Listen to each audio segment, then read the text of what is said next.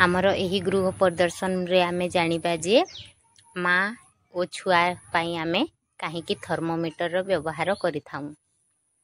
तो जेते बेले आमे एचबीएनसी कार्यक्रम रे जाई थाऊ तो माँ एवं शिशु शरीर रे तापमात्रा मापी थाऊ।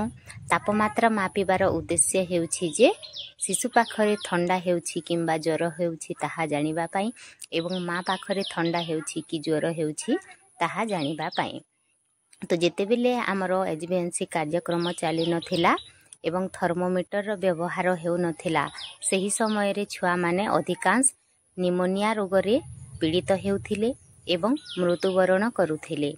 तो गुटे शिशु को जदि अधिक ठंडा हेउछि 95 फारेनहाइट रु जदि कम तापमात्रा हेउछि ताहेले सही शिशु को ठंडा बा निमोनिया ज्वर हेबार संभावना अधिका थाए एवं एही निमोनिया बहुत विपदपूर्ण अटे।